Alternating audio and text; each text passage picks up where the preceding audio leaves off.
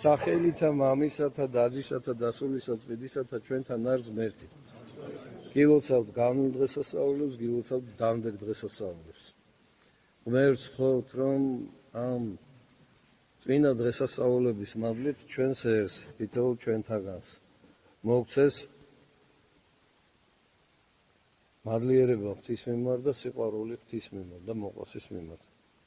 რადგანაც ჯერ კიდევ შობის, ქრისტეს შობის დღესასწაულის სიხარულს განვიცდით და უფალი მოვიდა, რათა ჩვენ გვაცხოვნოს. და ეს საფრთხე საიდუმლო ადამიანთა მოდღვის გადარჩენისა ცხოვრებისა მხოლოდ და მხოლოდ სიყვარულზე გამავალი გზა არის. რადგან ღმერთი თავად სიყვარულია და მას არ შეეძლო თავის თავთან დარჩენილიყო მარტო. და ეს სიყვარული არ გაეზიარებია სხვებისთვის, ამიტომაც მან ამ სიყვარულის ძალით შექმნა ხილული და უხილავი ქვეყანა და ჩვენ გზა გვიჩვენა გადარჩენის ცხოვრების.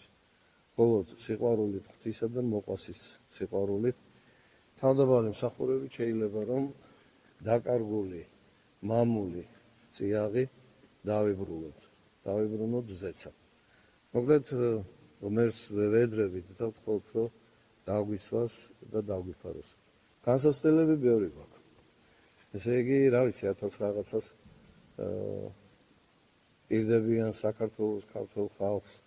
მაგრამ ყველამ უნდა ვიცოდეთ, რომ ეს მუქ არა ალბათ აი ესეთი, რომელსაც სანქციებს ეძახიან. მხოლოდ მიმართული არის ჩვენი ყველაზე უფრო ძვირფასი და ყველაზე უფრო დიდი განძის წინააღმდეგ. ეს არის მართლმადიდებლობის არწმუნება ჩვენი. ვიღაცა იკითხავს, კი, მაგრამ რანაირად? ძალიან მარტივად. არაფერი არ ხდება. განსხვავებული რაც ვთქვათ, ადრე არ ხდებოდა. დღესაც კი რამდენიმე ქვეყანა არის, თან ძალიან ხალხმრავალი, სადაც ქრისტიანებს დევნიან. სადაც ვთქვათ, ქრისტეს სახელის ხსენებისთვისაც კი ამ ციხეა ანუარესი. სიკვდილით დაჟდა. და ჩვენი წინაპრების ლოცვით, მარხვით, შრომით და მართლაც ქრისტესთვის მოწამეობის სისხლთა თხევით დაიწერა ჩვენი ქვეყნის ისტორია და გვიანდერძა.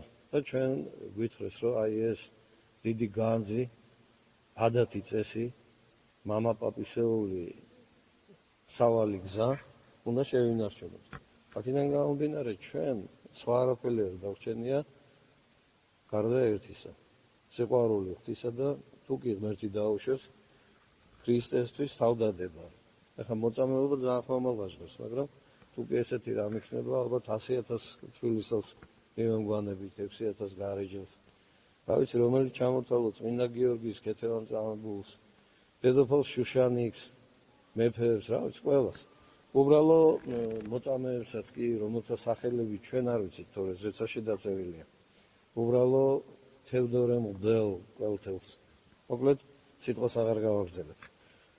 ერთხელ ერთ მონაზონს ჩვენება ჰქონდა ათონის მთაზე, ეს ბოლო პერიოდის, ბოლო დროის დიდი მამა არის, მოღვაწე მამა, იოსებ ისიხასტი. და მოკლედ ყვება ესეთ ამბობს, რომ ერთ მონაზონს ჰქონდა ესეთი ღამით ჩვენება. სულ დრტვინავდა, სულ ყვედრიდა ღმერთს, რომ აი რა არის ეს, რომ ახლა განსაცდელს მიგზავნი და რომ ეს განსაცდელები არ ჩერდებოდა.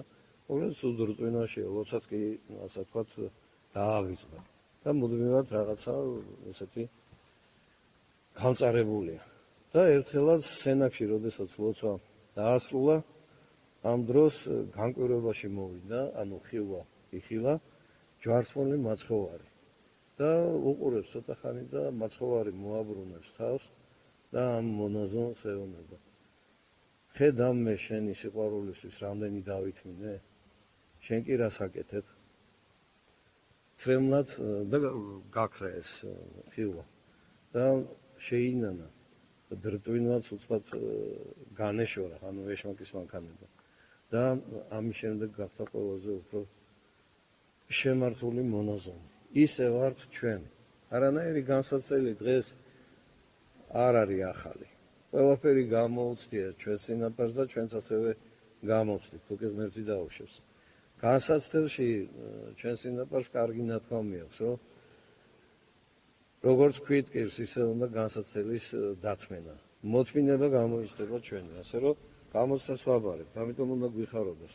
როგორც მაგალითად ბეჯითი მოწაფე სტუდენტი გამოცდაზე გადის და კი არ ეშინია, პირიქით მას უხარია, რომ თავისი ნაშრომი შეამოწმოს, აბა რამდენად გონივრულად იშრომა და რა შეიძინა ამ შრომის საფასურად. და როდესაც ამ მოთმინებაში ჩვენ გავძლიერდებით, რო იყვიან ლოცვას ვისწავლით და სასწაულება ღვთისა მოგოცემა, ჩვენ და გასაკვირად ისეთ კეთილ ნაყოფს მივიღებთ, რომლის წარმოდგენაც კი არ შეგვეძლოთ. რა არის ეს კეთილი ნაყოფი? უდურტუნველი და მადლიერი ქრისტიანული ცხოვრება, როცა რო სხვისი გასაჭირი ჰყივა და სხვისი სიხარული გიხარია. დიდება და მადლობა ღმერთს. ჩვენი გამოცდა პატრიარქმა ერთხელ ხატოვნად თქვა. ჩვენი დიდგორის ბრძოლა ერთხელ გავიმარჯვეთ, მაგრამ ბევრჯერ მოგვიწევს კიდევ დიდგორზე გამარჯვება და ეს ჩვენი დიდგორი საკუთრივ ჩვენი თავის წინააღმდეგ, ბოროტი ფიქრებისა და აზრების წინააღმდეგ გამარჯვებული ბრძოლის სახელად შეიძლება გამოვიყენოთ. ძლევთ თავს, მაშინ დიდგორს გავიმარჯვებთ. და რაც უფრო ხშირად გავიმარჯვებთ დიდგორს, მით უფრო სახელოვანი იქნება ჩვენი ამ ხილულ სამყაროშიც ყოფნა, ცხოვრება და უფრო იმედიანი იქნება ჩვენი ყოვლად მოწყალე, ყოვლად მოსიყვარულე ღმერთის სიახში დაბრუნება. რადგან ღმერთი, აქ ვთქვით, თავად სიყვარული არის. სიყვარულს უზარმაზარი ძალა აქვს, არ დორტვინავს. სხვისი განსაცდელი და გასაჭირი არ უხარია. სხვისი არ შურს, არამედ ყველაფერი უხარია.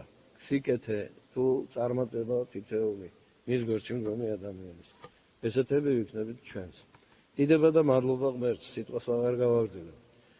რაც უფრო უფალი ამბობს, განირყნას ხორცი, მით უფრო სული აშენდეს. რაც უფრო დიდი განსაცდელები გვექნება, მადლი ღვთისა იქ გარდაემატება.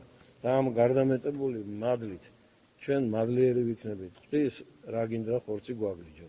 როგორც წმინდა გიორგი, როგორც კეთევანი, როგორც სხვა უამრავი მოწამე.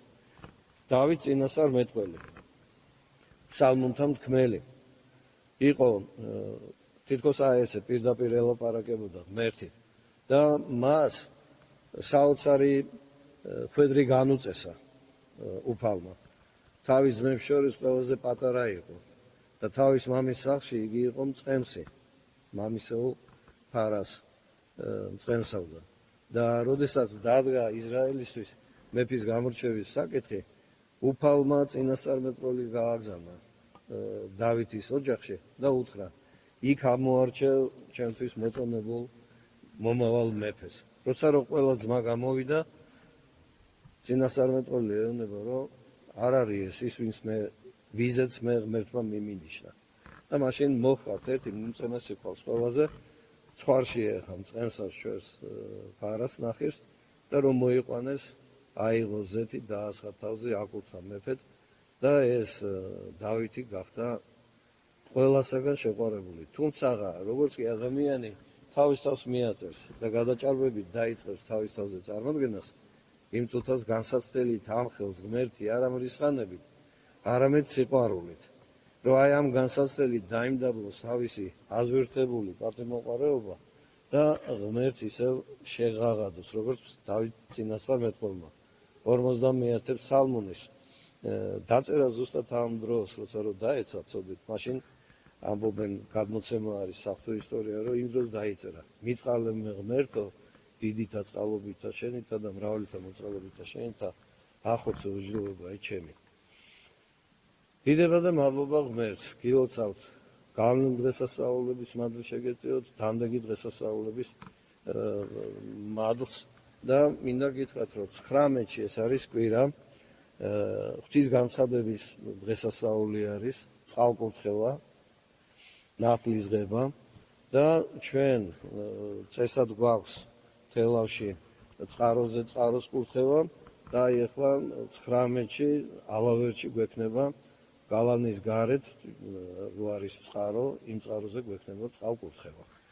რადგანაც საეკლესიო წიგნებში, სახურების წიგნებში წერია, რომ წირვის დასრულების შემდეგ მოხდება სასულიერო პირთა კრებულის გასვლა კარიბჭით, წყაროსთან და მოხდება ეგ კურთხევა, ასე რომ ყველანი ამ დიდი დღესასწაულის მოსწრენი ვიქნებით და მოწმენი და მართლაც აი ხატებით, ჯვრებითა და ბაირაღებით წყალკურთხევის შემდეგ ვასხურებთ უკვე მონასტერსაც და სამღვდელოება იქნება ჩვენთან იმ დღეს ძალიან ბევრი იქნებიან სასულიერო პირები და ყველას პატარ-პატარა მონაკვეთ უბანს გაუნაწილებთ, რომ ერთბაშად ყველამ ერთად ვასხუროთ და ვაკურთხოთ მონასტერი და მონასტრის შემოგარენი. გილოცავთ დღესასწაულს, მერთმა ინდოს ჩვენი ორსავ სოფელში ქრისტესთან ყოფნა. გაიხარეთ.